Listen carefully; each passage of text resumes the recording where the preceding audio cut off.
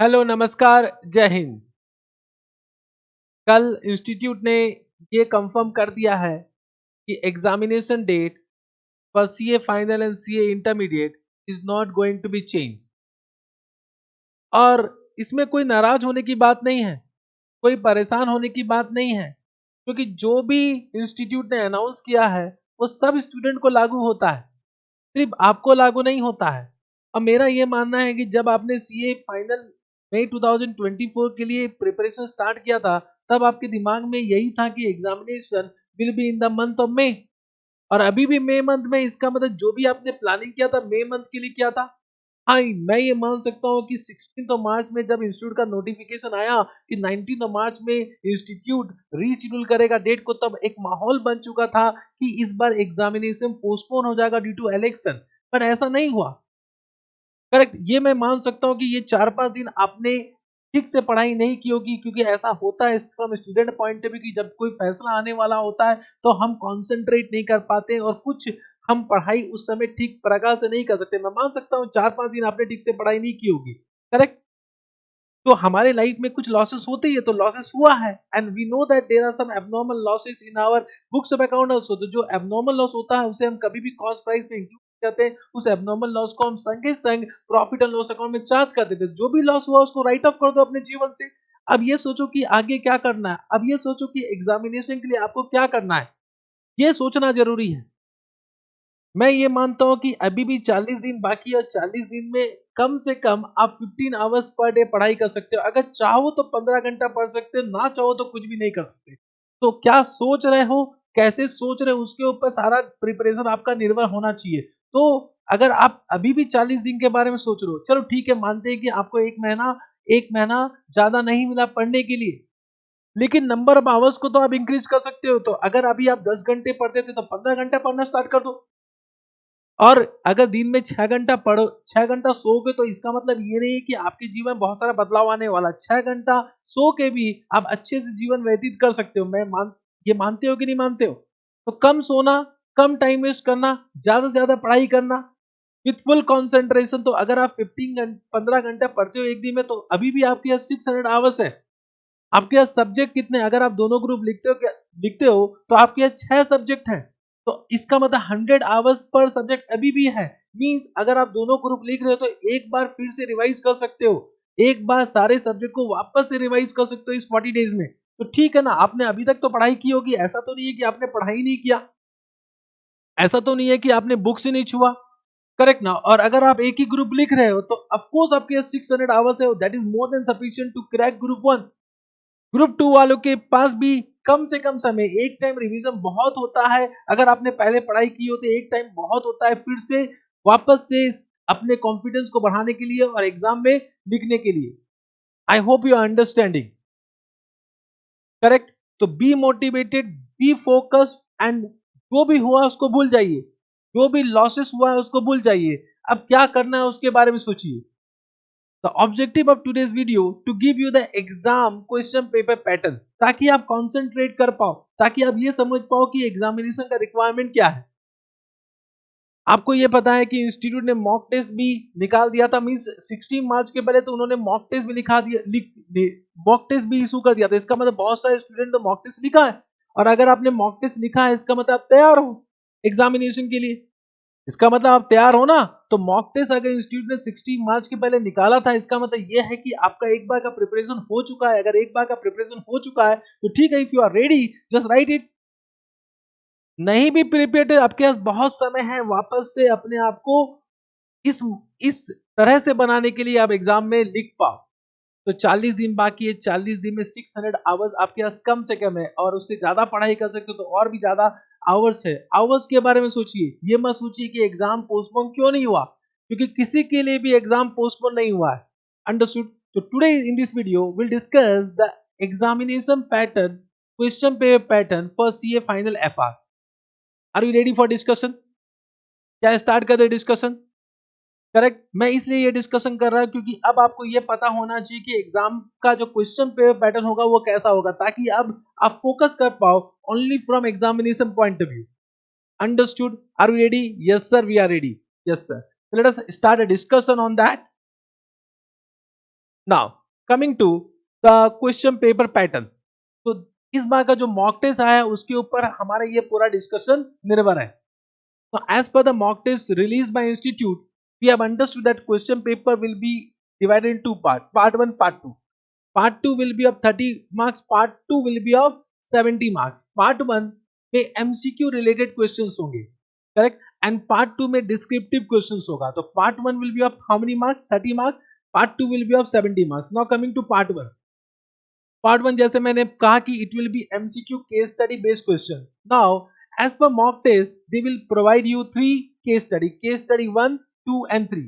मेरे ख्याल से case study 1, case study 2, case study 3 में 5-5 क्वेश्चन होंगे, तो टोटल क्वेश्चन हो गए 15 क्वेश्चन, 15 क्वेश्चन टू 30 मार्क्स हो गया, करेक्ट। तो हर केस स्टडी में 5-5 क्वेश्चन होने वाले हैं, तो 5 5 5 15 MCQ question, each question of 2 marks, तो टोटल हो गया 30 marks. This is compulsory mandatory, means part 1 is mandatory, इसमें कोई ऑप्शन नहीं है, इसमें कोई भी ऑप्शन नहीं है। हाँ, एज पर मॉक टेस्ट ऐसा भी हो सकता है कि किसी केस स्टडी में उन्होंने 3 क्वेश्चन पूछा है तो 2 एमसीक्यू आपको वो अलग से भी पूछ सकते हैं by giving some other defined question.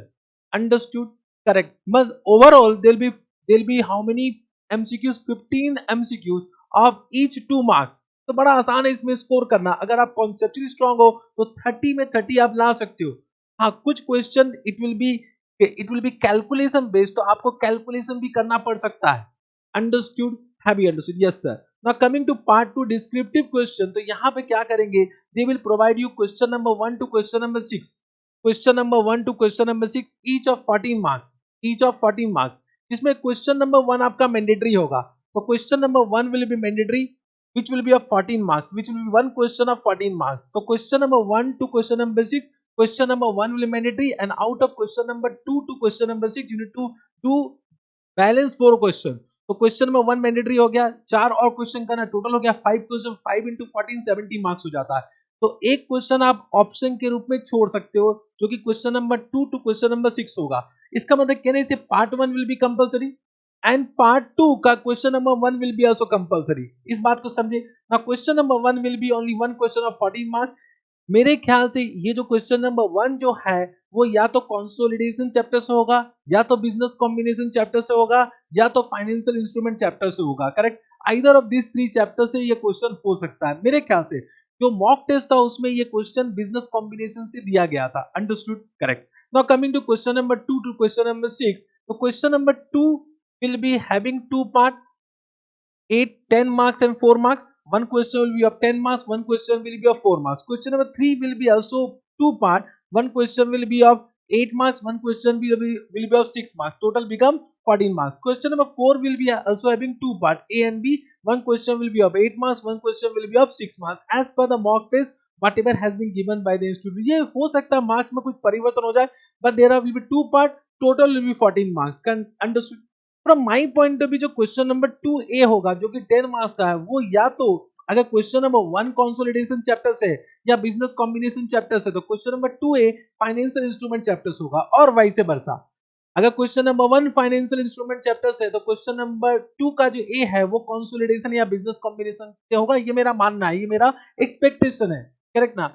है भाई, कोई भी कुछ भी हो सकता है एग्जाम में, ओनली आप एक अनुमान लगा रहे हैं कि आप उसके लिए पहले से तैयार हो।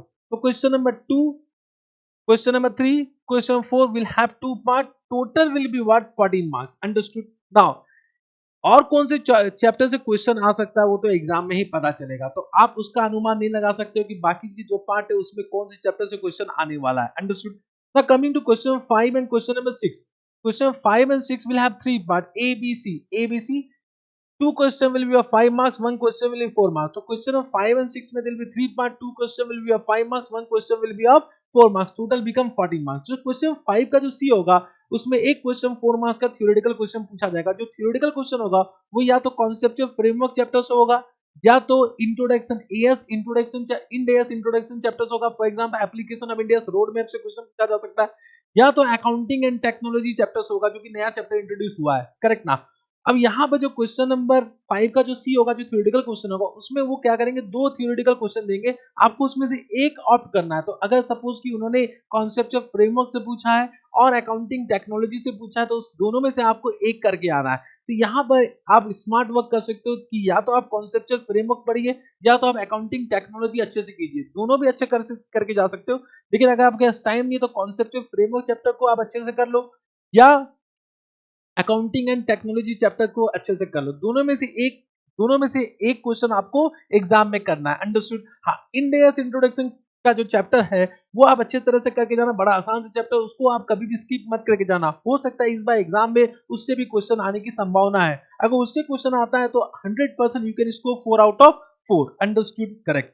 Now question number 6 A B C, अगर क्वेश्चन नंबर 6 ए का बारे में बात करें तो यहाँ पर हो सकता है 5 मार्क क्वेश्चन आपका professional duty, professional ethical professional unethical duty से आ जाए। Professional and ethical duties of chartered accountant जो कि नया चैप्टर है, तो 5 मार्क्स का क्वेश्चन वहां से भी आ सकता है। That will be A case scenario based question, whatever given in ICS study matter, उसी से एक क्वेश्चन उठ के आएगा। करेक्ट ना? तो वो चैप्टर भी अच्छे से करके जाना, क्योंकि ऐसा हो सकता है कि आउट ऑफ 2 टू 6 अगर कोई भी आपको suppose 2 question number 2 question number 3 question number 4 अगर आपको इसमें से प्रैक्टिकल बेस्ड क्वेश्चन नहीं आता तब आपको डिपेंड करना पड़ेगा question number 5 and question number 6 में। अंडरस्टूड? तो B smart enough to understand how to prepare your examination, how to prepare for your examination point of view. Correct ना? Understood? Have you understood this point? तो ये आपका पूरी overall examination का जो question paper pattern हो सकता है उसके बारे में डिस्कशन खत्म हो गया। तो अगर मैं एक आपको समरी दूं, समरी क्या है कि जो क्वेश्चन नंबर पार्ट 1 होगा वो एमसीक्यू बेस्ड होगा, that will be compulsory of 30 marks. तो पार्ट 2 होगा, that will be descriptive of 70 marks. In part 2 will be question number 1 to question number 6, उसमें question number 1 मैंडेटरी होगा एंड question number 2 to 6 में आपको 5 question में 4 question करके जाना है।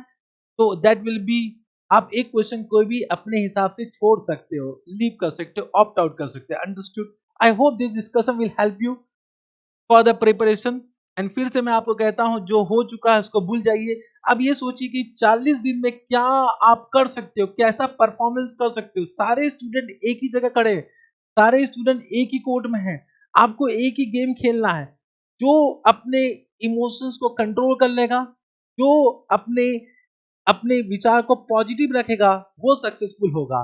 करेक्ट? तो focus on your study, don't think right now about exam result, think about process, how you are how you can perform in exam hall, that totally depend upon your process। Output के बारे में अभी मत सोचिए। Thank you very much, all the best for your preparation, bye bye, take care, love you all.